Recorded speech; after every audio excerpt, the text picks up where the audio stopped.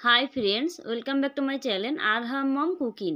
আজ আপনার সঙ্গে শেয়ার করব শীতের দুপুরে ধোয়া ওঠা ভাতের সঙ্গে প্রথম পাতে জমে যাবে এমন একটা রেসিপি যা গরম ভাতের সঙ্গে বেশ ভালোই লাগে। চলুন তাহলে রেসিপি শুরু করি। এখানে আমি 250 গ্রাম মতো শিম, 2টো আলু ও 3টে টমেটোকে সিদ্ধ হতে বসিয়ে দিয়েছি। জলটা ভালো মতো গরম হয়ে গেছে, এবার ঢাকা দিয়ে দেবো। ঢাকা দিয়ে আমি আলু, টমেটো, শিম ভালো করে সিদ্ধ করে নেব। আমি এখানে 10 মিনিট পর ফিরে এলাম। এবার দেখে নেব আলুগুলো সিদ্ধ হয়েছে কিনা। এখানে আলুগুলো খুব ভালো মতো সিদ্ধ হয়ে গেছে। শিম ও টমেটো সিদ্ধ হতে খুব বেশি সময় লাগে না, এগুলোও সিদ্ধ হয়ে গেছে।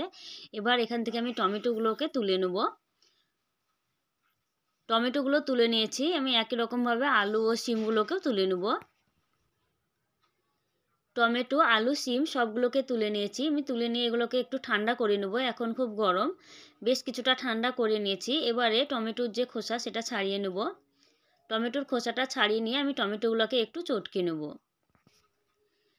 শিম, আলু, টমেটোর এই রেসিপিটি বন্ধুরা বাড়িতে একবার হলে ট্রাই করবেন। গরম গরম ভাতের সঙ্গে দুর্দান্ত লাগে খেতে।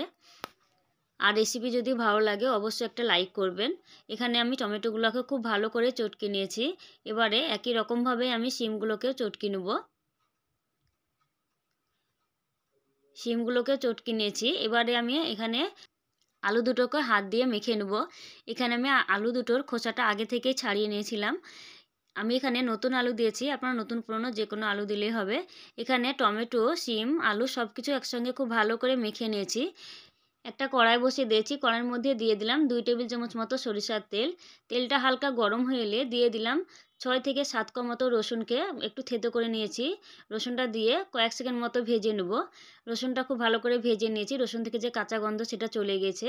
এবারে দিয়ে দেবো একটা মিডিয়াম সাইজের পেঁয়াজ কুচি। পেঁয়াজ কুচিটাও রসুনের সঙ্গে একটু নাড়াচাড়া করে লাল লাল করে একটু ভেজে নেব। পেঁয়াজটাকেও একটু বেশ লাল লাল করে ভেজে নিয়েছি। এবারে সে আগে থেকে চটকে রাখা টমেটোগুলো দিয়ে দেবো। এবারে দিয়ে দেবো আগে থেকে সে মেখে রাখা শিমগুলোকে এখানে আমি দিয়ে দিয়েছি। এবারে দিয়ে দেবো স্বাদ মতো লবণ আর দিয়ে দেবো 1 চিমটি মতো হলুদ গুঁড়ো। সঙ্গে দিয়ে দেবো 4টে কাঁচা লঙ্কা কুচি। এখানে 4টে কাঁচা লঙ্কা ছোটো ছোটো করে কুচিয়ে নিয়েছিলাম, দিয়ে দিলাম। আপনারা যতটা ঝাল খেতে পছন্দ করেন সেই অনুযায়ী লঙ্কা দিবেন, তবে ঝাল ঝাল টক টক বেশ ভালোই লাগে খেতে। এবার সমস্ত কিছু খুব ভালো করে নাড়াচাড়া করে নেব। খুব ভালো করে নাড়াচাড়া করে নিয়েছি। এবারে দিয়ে দেবো সেই মাখিয়ে রাখা আলুগুলো। বন্ধুরা, শিমের এই রেসিপিটির সঙ্গে আলুটা দিলে বেশ ভালো লাগে, তবে আলুটা বাদ দিয়ে আপনারা বানাতে পারেন। এই রেসিপিটি কিন্তু গরম গরম রুটির সঙ্গেও ভীষণ ভালো লাগে। মেখে রাখা আলুগুলো সব দিয়ে দিয়েছি। এবারে খুব ভালো করে নাড়াচাড়া করে নেব কয়েক মিনিট মতো। এখানে যে জল জল ভাবটা আছে সেটা টেনে আসা পর্যন্ত নাড়াচাড়া করে নেব।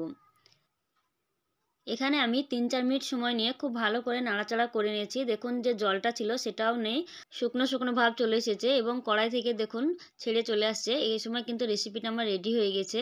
এবারে সবশেষে দিয়ে দেবো 1 মুঠো মতো ধনেপাতা কুচি। এবার ধনেপাতা কুচি কয়েক সেকেন্ড মতো নাড়াচাড়া করে নেব। ধনেপাতাটা দিয়ে আমি আরও 1 মিনিট মতো নাড়াচাড়া করে নিয়েছি। এখানে আমার এই শিম মাখাটা পুরোপুরিভাবে রেডি হয়ে গেছে দেখুন। এবার শীতের দুপুরে এই গরম ধোয়া ওঠা ভাতের সঙ্গে গরম গরম শিম ভর্তা বা শিম মাখা যেটাই বলেন না কেন, দুর্দান্ত লাগে খেতে।